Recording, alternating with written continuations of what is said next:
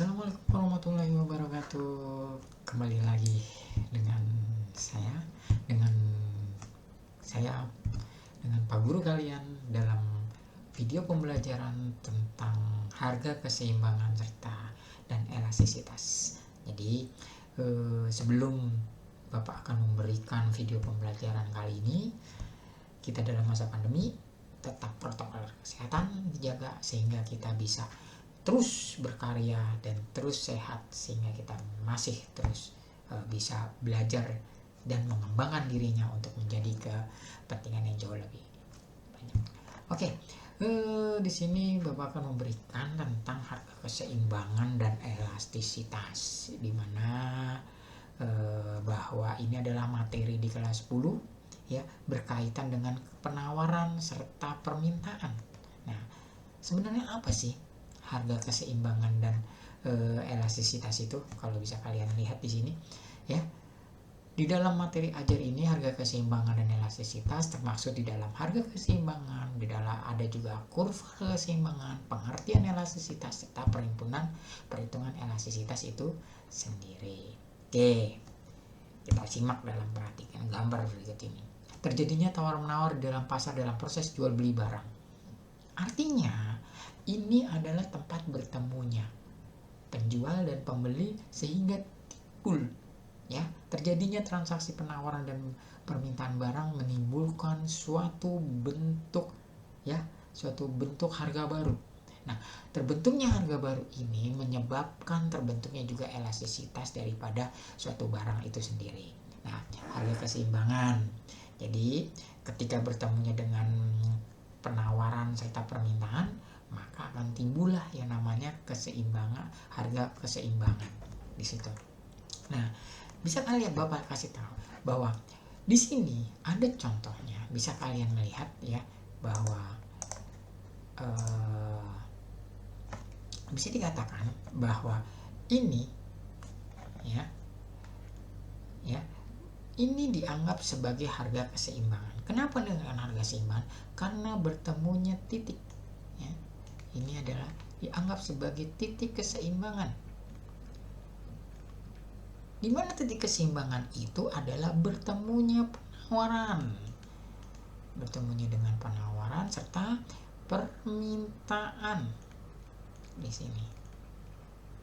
Ya. Jadi ketika harga bertemu dengan permintaan, maka dia akan menjadikan titik keseimbangan. Nah, baik penjual maupun pembeli tidak mengubah tingkat harga dan jumlah barang ditawarkan atau diminta. Oke, kita lanjutkan di sini ya. Kita lanjutkan bahwa contoh perhitungan ya. Kita nanti akan masuk ke mana.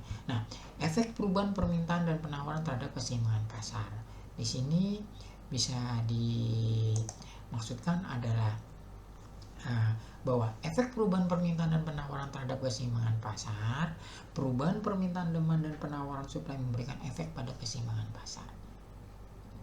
Biasanya akan terjadi dengan pergeseran kurva.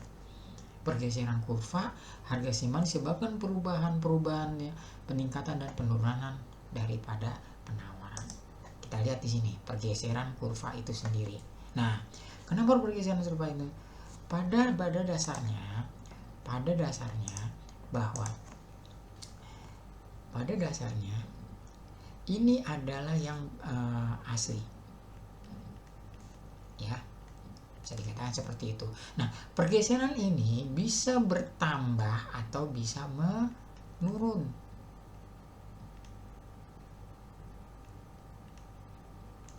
Atau menurun.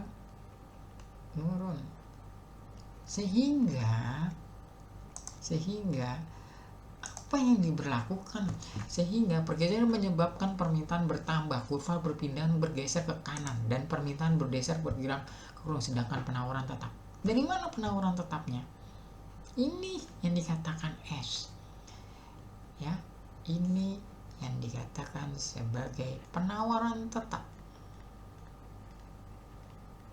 Nah, ketika terjadinya penawaran tetap, maka dia akan menjadi suatu bentuk elastisitas.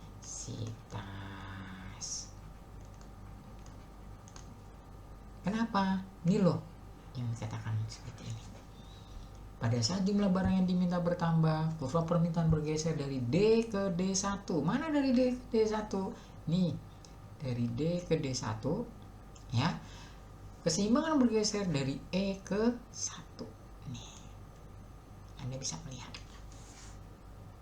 Sedangkan harga bergeser dari P1 dengan jumlah barang bergeser dari Q ke Q1. Itu bisa dikatakan seperti itu. Oke, kita lihat lagi. Oke, pergeseran kurva penawaran di sini. Ya, pergeseran dapat disebabkan karena penawaran yang bertambah, kurva penawaran bergeser ke kanan, dan penawaran berkurang, kurva penawaran bergeser ke kiri, sedangkan permintaannya tetap. Bagaimana cara membaca ini? Kita lihat, ini adalah titik keseimbangan lama.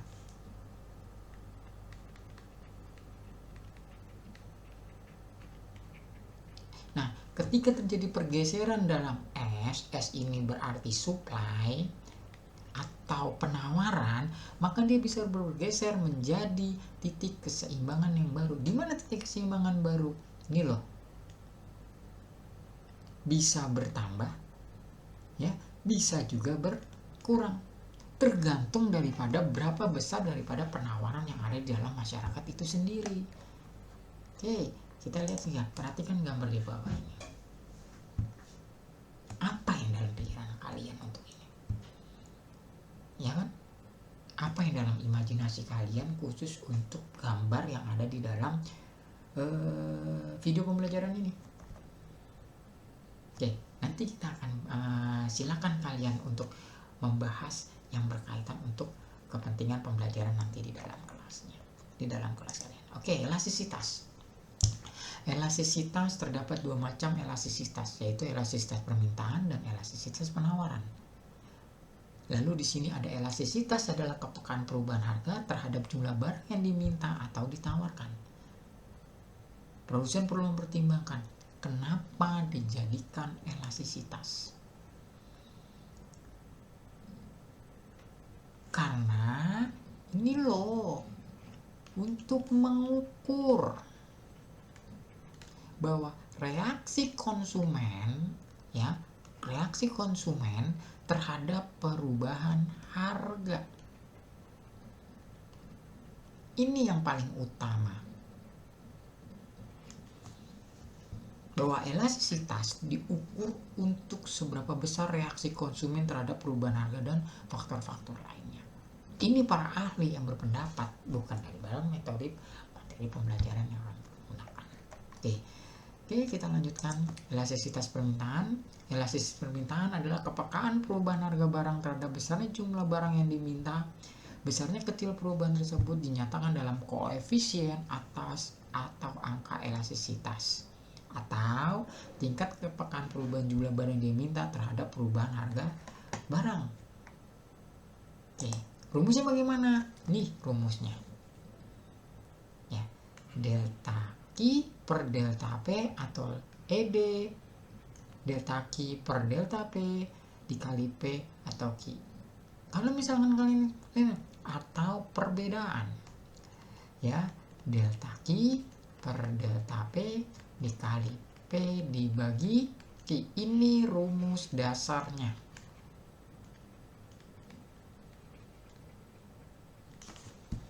Rumus dasar yang diberlakukan untuk elastisitas permintaan. Oke, kita lihat lagi di sini. Macam-macam elastisitas permintaan. Ada permintaan elastis, ada permintaan elastisitas, atau bisa dikatakan lebih kurang daripada satu. Dan ingat, ada permintaan elastisitas uniter, permintaan elastisitas sempurna, dan elastisitas inelastis sempurna. Semuanya ini tidak ada minus. Kenapa tidak ada minus?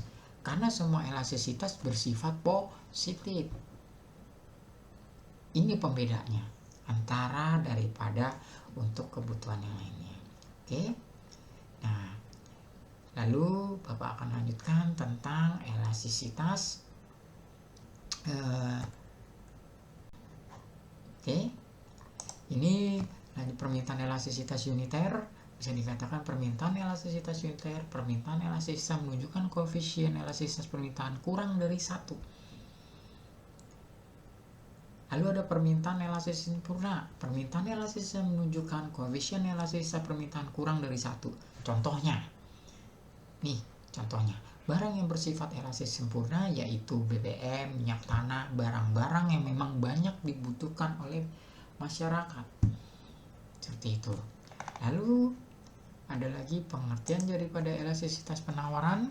Ini jenis-jenis elastisitas penawaran, persentase perubahan yang ditawarkan lebih besar daripada persentase perubahan harga. Contoh barang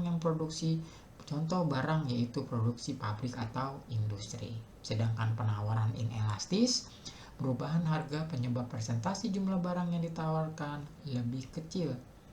Contoh barangnya yaitu hasil pertanian yang dibatasi pasca panen. Oke, kita lanjutkan, yaitu contoh barang tidak spesifik ya, penawaran elastisitas sempurna yaitu perubahan harga diikuti perubahan jumlah barang yang ditawarkan dalam persentase yang sama. Contoh barangnya yaitu perubahan harga menyebabkan jumlah barang yang ditawarkan tidak terbatas. Rumusnya apa? Nih kurvanya.